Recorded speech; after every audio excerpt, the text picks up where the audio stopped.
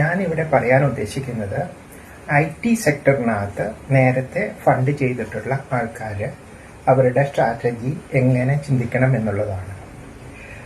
നേരത്തെ ഞാൻ പറഞ്ഞിട്ടുണ്ട്, ലോകമെമ്പാടും IT സെക്ടർ അഫക്റ്റ് ചെയ്തിരിക്കുന്നത് AI അതിന് ഇപ്പോൾ AIയുടെ ഒരു സെഗ്മെന്റേഷൻ എടുത്തു കഴിഞ്ഞാൽ അത് ആപ്ലിക്കേഷൻസ്, EPS, അവിടെയാണ് നമ്മുടെ TCS, ഇൻഫോസിസ് ഒക്കെ കിടക്കുന്നത്. പിന്നെ ജനറേറ്റീവ് AI, അതായത് ഓപ്പൺ AI ഒക്കെ അവിടെ നമുക്കധികം ആൾക്കാരില്ല. പിന്നെ ഇൻഫ്രാസ്ട്രക്ചർ, അതായത് ക്ലൗഡ് ഇൻഫ്രാസ്ട്രക്ചർ, അങ്ങനെ മൈക്രോസോഫ്റ്റ് അങ്ങനത്തെ വലിയ പ്ലേയേഴ്സാണ്. പിന്നെ ഹാർഡ്വെയർ ഉണ്ടാക്കുന്ന ചിപ്പ്, സ്മോൾ,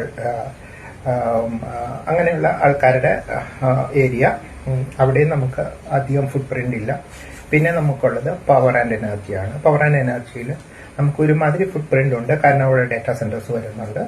ആ ഒരു ഏരിയയിൽ ഒത്തിരി കമ്പനികൾ ഇപ്പം നന്നായിട്ട് PE കൂടിയിട്ടുണ്ട്. അത് വാച്ച് ചെയ്യാവുന്നതാണ്. ഇപ്പോൾ ഉദാഹരണത്തിന് Cummins, ABB, Hitachi, TD power, Welspun, അങ്ങനെ ഒത്തിരിയേറെ കമ്പനികളുണ്ട് ഇപ്പം നന്നായിട്ട് വില കൂടിയിരിക്കുന്നത്. ഒരുപക്ഷെ നമ്മൾ മിസ് ചെയ്തിരിക്കാം. ഫോമോ കുറെ പോകരുത്, സ്റ്റഡി ചെയ്തിട്ട് വാച്ച് ലിസ്റ്റിൽ വയ്ക്കുക. അതിനുശേഷം പിന്നീട് അതിനെക്കുറിച്ച് നമുക്ക് ചിന്തിക്കാവുന്നതാണ്. ഞാൻ ഇനിയിപ്പോൾ പറയുന്നത് ഇന്ത്യൻ ഐടിയെ ഞാൻ എങ്ങനെ ഡിവൈഡ് ചെയ്തിരിക്കുന്നു, നമുക്ക് എന്താണ് ചെയ്യാൻ പറ്റുന്നത്, അത് അതിനകത്ത് AI ആയിട്ടെന്ന് മാത്രം ഫിക്സ് ചെയ്തിരിക്കുന്നു. അവിടെ നമ്മൾ എങ്ങനെയാണ് ചിന്തിക്കേണ്ടത് എന്നുള്ളതാണ്. ഈ വീഡിയോയിൽ ത്രൂ ഔട്ട് പറയുന്ന സെക്ടേഴ്സും അതേമാതിരി തന്നെ സ്റ്റോക്സും വെറും സ്റ്റഡി പർപ്പസിന് മാത്രമാണ്. അതിൽ നിങ്ങൾ ഇൻവെസ്റ്റ് ചെയ്യുന്നതിന് മുമ്പ് തീർച്ചയായിട്ടും നിങ്ങളുടെ സെബി രജിസ്റ്റേർഡ് ഇൻവെസ്റ്റ്മെന്റ് ഏജന്റിന്റെ സഹായത്തോടുകൂടി മാത്രം ചെയ്യുക. കാരണം ഇത് റിസ്കി ഏരിയയാണ്, പൈസ നഷ്ടപ്പെട്ട. ഇനി തിരിച്ച് IT AI സെക്ടർ ഇന്ത്യയിൽ, അതിനകത്ത് 4 സെക്ടേഴ്സാണ് നമുക്ക് ഇവിടെ ആപ്ലിക്കേഷനായിട്ട് ഞാൻ തരംതിരിക്കുന്നത്. അത് ഒന്ന് IT സർവീസസ്, അല്ലെങ്കിൽ AI എനേബിൾഡ് IT സർവീസസ് എന്ന് പറയാം. 51% റവന്യൂ ഇപ്പോഴും വരുന്നത് ഈ ഏരിയയിൽ നിന്നാണ്. അതായത് TCS മാതിരിയുള്ള കമ്പനികൾ വലിയ പ്ലെയേഴ്സാണ്. അവർ ഹ്യൂമൻ റിസോഴ്സസിൽ നിന്ന് മാറി AI സപ്പോർട്ടഡ് ആയിട്ട് മാറുന്നു. ഇതിനകത്ത് 95% വലിയ കമ്പനികളും സർവൈവ് ചെയ്യാൻ സാധ്യതയുണ്ട്. പക്ഷെ സ്റ്റേബിൾ ഇൻകം, അവരുടെ കയ്യിൽ ഫണ്ടുണ്ട്, അവർ സർവൈവ് ചെയ്യും. പക്ഷേ മൾട്ടി ബാഗർ ഒന്നും പ്രതീക്ഷിക്കേണ്ട കാര്യമില്ല. ഇതിനകത്ത് കോമ്പൗണ്ടിങ് വരെ താല്പര്യമുള്ളവർ ഇതിനകത്ത് മിഡ് സെഗ്മെന്റ് കമ്പനീസിലെ സെർച്ച് ചെയ്യുകയായിരിക്കും നല്ലത്, അല്ലെങ്കിൽ സ്റ്റഡി ചെയ്യുകയായിരിക്കും നല്ലത്. പിന്നെ ഒന്ന് ബിസിനസ് പ്രോസസ് മാനേജ്മെന്റ് നടത്തുന്നതാണ്. അത് AI സപ്പോർട്ടോടുകൂടി ഇപ്പോൾ ചെയ്യുന്ന IT കമ്പനികൾക്കാണ് സാധ്യത. 20% എക്സിസ്റ്റിംഗ് കമ്പനികൾ അതിനകത്ത് സർവൈവ് ചെയ്യുന്നതാണ് എൻ്റെ ഒരു കണ്ടെത്തൽ. ഇപ്പോൾ ഇവർ ചെയ്യുന്നത് back office, finance, customer, HR, supply chain, ഈ ഏരിയയിലുള്ള IT സർവീസസ് ആയിരുന്നു. അത് AI റീപ്ലേസ് ചെയ്തുകൊണ്ടിരിക്കുകയാണ്. അത് സ്ട്രക്ചറൽ ചേഞ്ചസ് ആണ് അവിടെ നടക്കുന്നത്. സ്പെഷ്യലൈസ്ഡ് ആയിട്ടുള്ള അനലിറ്റിക്സും അതേപോലെ തന്നെ കോംപ്ലക്സ് ആയിട്ടുള്ള വർക്ക് ഫ്ലോസും ഉപയോഗിക്കാൻ AI അതിനെ എനേബിൾ ചെയ്യും. അതുകൊണ്ട് അവിടെ ഒരു 60 to 70, അതായത് 2 out of 3 കമ്പനീസ് സർവേ ചെയ്യാൻ സാധ്യതയുണ്ടെന്നാണ് എൻ്റെ ഒരു സ്റ്റഡി പറയുന്നത്. പിന്നെ ഈ ഏരിയയിൽ ട്രാൻസ്ഫോർമേഷൻ എടുക്കുന്ന കമ്പനികൾ ആണ് സർവൈവ് ചെയ്യുക. അവർക്ക് കോമ്പൗണ്ടിങ് വരെ ചെയ്യാം. പക്ഷെ അത് ചെയ്യാത്ത കമ്പനികൾ കൊളാപ്സ് ചെയ്യാനും ചാൻസ് ഉണ്ട്. ഇപ്പോൾ ഉദാഹരണത്തിന് പെർസിസ്റ്റന്റ് സിസ്റ്റംസ്, കൊഫോർജ് എല്ലാം ഈ ഏരിയയിലാണ് വരുന്നത്. പിന്നെ ഇതിനകത്ത് എമർജ് ചെയ്യുന്ന ചില കമ്പനികളുണ്ട്. First source solutions, Datamatics, global services, അതേപോലെ തന്നെ അക്കാറ്റിക് വർക്ക് ഫ്ലോ.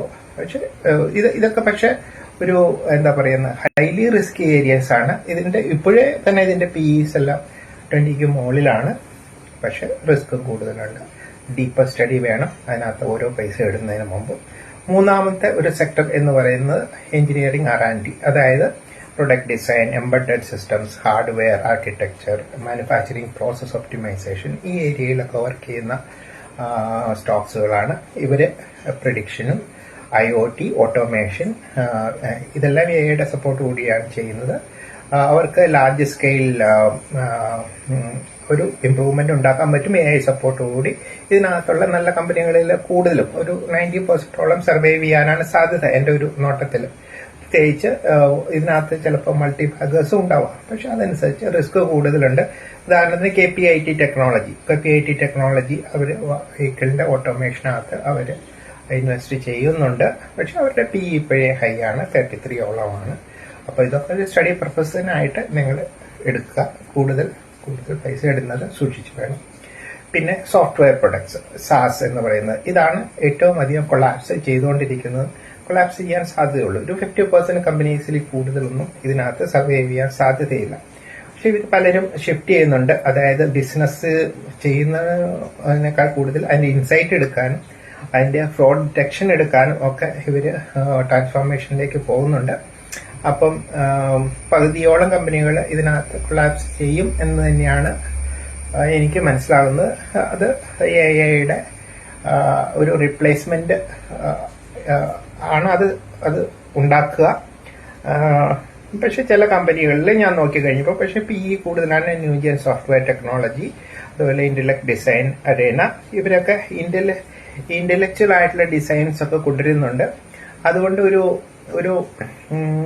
ഒരു സർവൈവലിന് ചാൻസ് ഉണ്ട്. പക്ഷെ ഒരു മൾട്ടി ബാഗർ ഉണ്ടാവുമോ എന്ന് ചോദിച്ചു കഴിഞ്ഞാൽ എനിക്ക് അറിഞ്ഞുകൂടാ. ഇതൊക്കെ സാധ്യത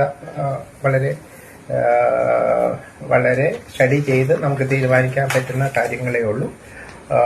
പിന്നെ ജനറൽ ഏരിയയിലേക്ക് പോവുകയാണെങ്കിൽ പവർ, എനർജി, ഇതൊക്കെ ഇപ്പോഴേ മൂവ് ചെയ്തുകൊണ്ടിരിക്കുന്ന ഏരിയകളാണ്. അതേപോലെ തന്നെ ഇതിനകത്ത് ക്ലൗഡ്, അതായത് ഡേറ്റാ സെന്റേഴ്സിന്റെ സപ്പോർട്ടീവ് സിസ്റ്റംസ് വരുന്ന ഏരിയകൾ, അതൊക്കെ ഇപ്പോഴേ മൂവ് ചെയ്തുകൊണ്ടിരിക്കുന്നു. പലതിന്റെയും PE ഒത്തിരി ഹയർ ആയിട്ട് പോയിരിക്കുന്നു. നമുക്കത് മിസ് ചെയ്ത ബസ്സാവാം. പക്ഷെ ഏതൊരു പലകമ്പനും പറ്റിയൊരു സാഹചര്യത്തിൽ കിട്ടാനുള്ള ചാൻസ് ഉണ്ട്. വാച്ച് ഔട്ട് ചെയ്യുക, ലൈക്ക് ചെയ്യുക, ഷെയർ ചെയ്യുക, സബ്സ്ക്രൈബ് ചെയ്യുക. Thank you for watching.